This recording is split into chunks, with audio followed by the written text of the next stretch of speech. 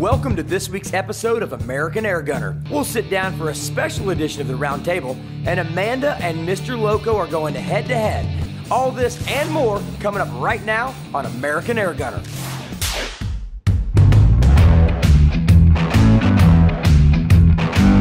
So here's what's going to happen. Basically, we've got my colleagues here. We've got Rick Usler, and we've got our hunter, if you will, Jim Chapman. We're going to listen and let the Godfather indeed, Tom Gaylord, tell us about this old air gun. So, Tom, what are we looking at here? How old is this thing? We're looking at a Wiscombe. John Wiscombe handmade all these guns in the United Kingdom. He doesn't make them anymore. The prices have risen incredibly. The Blue Book of Airguns hasn't been able to keep up with the price rise. Wow. This is a JW for John Wiscombe 75. What this is a dual opposed piston gun. It is recoilless completely, and yet it produces more energy than most spring piston air guns. In fact, it's one of the most powerful in the world. It's gorgeous. It's an underlever. Okay. So I would pull this underlever down to cock the gun, right, not once, but 3 times.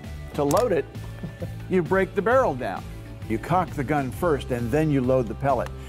And the reason is, there would be a vacuum in here if you did it the way I just described. Okay. Loading it first, you'd end up with what they call a vacuum fire. The 2 pistons would be drawn together, and they would destroy each other in one shot. Yowza. So you got to be real careful. Okay. Okay. The underlever comes out like this. I'm not going to cock the gun because I can't uncock it. Okay. But there is a rack and pinion mechanism inside this slot that pushes 1 piston that way and 1 piston that way 3 times. If you cock it twice, nothing happens. The trigger doesn't set. So you can't cock it 2 times and get less power or anything like that. Right. Yes. Then you load it. Then you load it. They've got a value of around $2,000 to $2,500 pegged on this gun right now. Okay. And what'd they go for when you first bought them? I paid originally $1,800 for the gun that you see with 4 barrels. I then sold it. I then bought it back and paid $2,700. That's a good strategy. Talk about your all-time back. Dang it. But today it's worth about $10,000. $10,000. If you can find one. The barrels are interchangeable. In 5 minutes, I can make this rifle a 177 or a 20 or a 22 or a 25. That's kind of cool. That is very cool. When John sent me the gun, he had to send it out of England, and the export requirement was it couldn't exceed 12 foot-pounds. So he put a 6 foot-pound screw in. I got it, unwrapped it, put a pellet through the chronograph, and I said, "Oh my God, I've been swindled." You watch your dog get hair. It was terrible.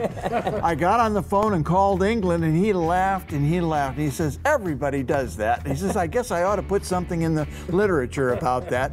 Take that screw out of that hole and see what happens." I did, and suddenly the pellet was going supersonic. This is the every pellet gun in one. This is a shooting system. Yeah. And that's why it's so special. That and the fact that if you look at it, it is just superbly built. It's handmade by Wiscombe. He doesn't make most of the parts. He farms out the work. The barrels are either Lothar Walther or Anschutz, which are the best airgun barrels there are. But when it all comes together, that's Wiscombe. It's his idea. There's never been another one like it, and there probably never will be. Well, Tom, it's a beautiful gun, man. I would love to get a chance to go out and, see it in action sometime. But thanks for bringing it. I know it's obviously an expensive gun, and I mean, a $10,000 air gun, guys. What do you think? Serious money, right? I don't have too many of those in my gun safe. I don't have any of those in my. I think my entire collection can fit. You're right. With the gun safe along with it, I still don't think I can get 10 grand for it. Tom, thank you so much, man. This has been great. And there you go. That ends this roundtable and a special edition of This Old Air Gun. Don't go anywhere, because when we come back, we'll be sitting down at the round table for a special segment we like to call This Old Air Gun. We'll be right back. Here's this week's trivia question, brought to you by Blue Book Publications.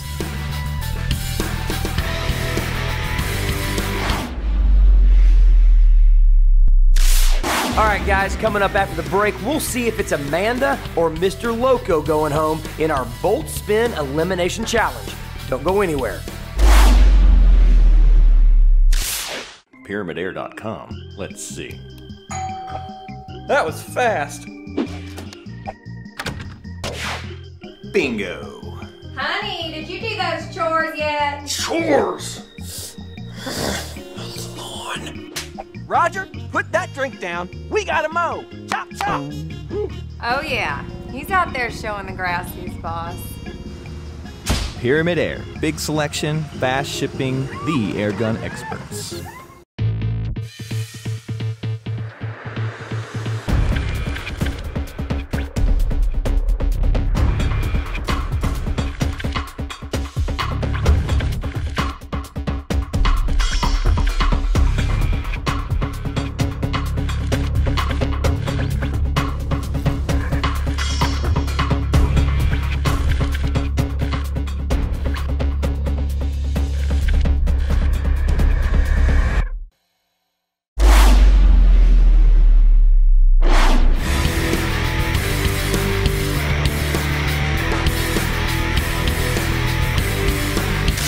You can find the answers to any trivia questions by going to bluebookinc.com.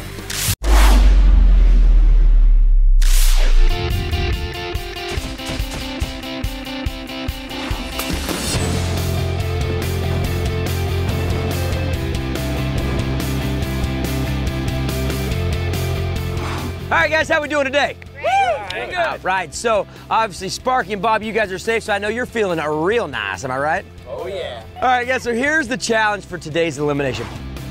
It is a true mono-e-mono duel. Here's the deal. We've got this little contraption set up so the shooters will shoot and they will hit these on the left and it should turn this about a quarter turn. The object is to hit it enough so that it falls off. First one to have it fall off wins.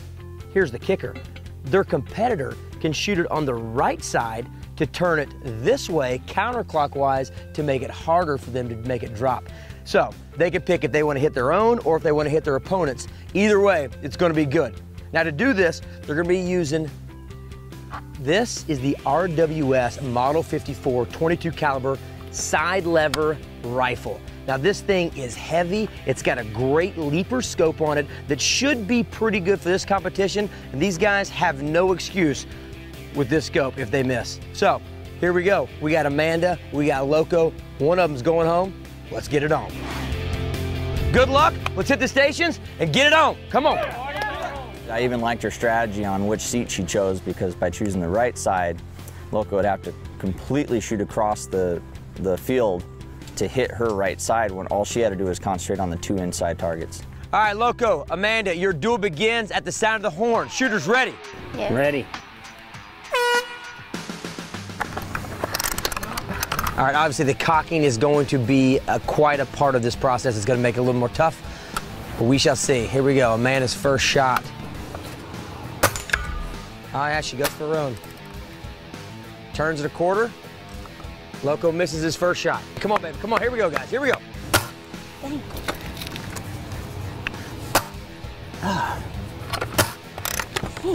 At first, I got 5 misses when I first started. I was like, oh, heck, what's going on? I don't know if I'm gonna make it. So I was like, I gotta step my game up.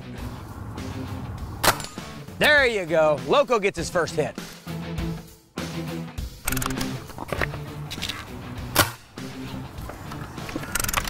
You know, I had a little bit of an adrenaline rush, going, so I didn't feel the fatigue as much. I could tell it was getting slower, each time. Oh, look at Loco, 4 in a row right there. I was just trying to not focus on his, and make sure I was getting it done. I saw it move. I'm gonna get this baby. There you go. Man moved again. Loco, 6 in a row. He's on fire right now. He's on fire. So I played a little defense and came back at him and hit a couple of his. Oh, and Amanda goes and turns him the other way. She's playing defense right now. So I was thinking, if I could knock him off his game, maybe I'd have a chance to catch up. Oh, and he comes back with it.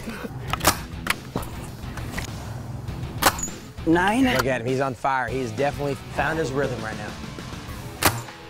Uh-oh. Looks like Amanda's found her rhythm right now.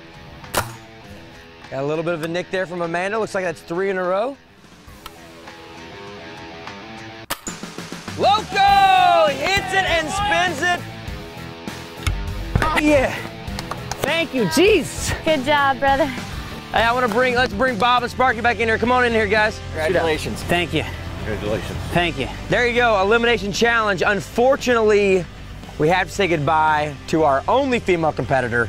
Amanda, you did an amazing job. You got second place in the first competition, first place in the second competition, and last week and today just, I guess, weren't your days. Being the only girl, I was kind of like, they're going to think I can't shoot, you know, but I think I came out here and proved that I can still shoot. I mean, I beat out a couple guys, and there's 3 left, so, I mean. Well, Amanda, listen, you did great. You beat some very good shooters, and I know you gave these guys a big run for the money, so well done.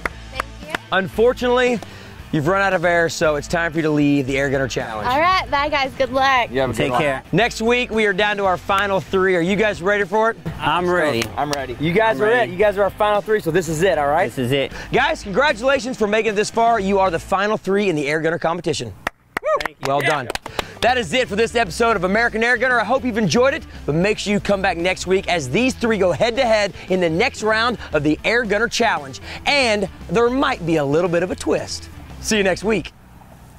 I really didn't think that I was going to be able to beat Amanda because Amanda is a great shooter. Watching Loco get those 11 straight hits was just insane. The number of misses just really surprised me on both of their parts, and it was like tearing my heart out.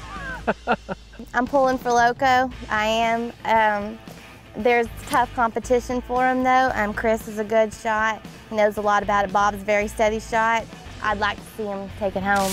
Next week on American Airgunner, we're traveling to Arnsberg, Germany to the worldwide headquarters of Umarex, where we'll get a first-hand look at where the company came from and its plans for the future. We'll be back with the Airgun guys at the round table, and of course, we're down to the final 3 in our Airgunner Challenge. Or are we? We'll see you next week.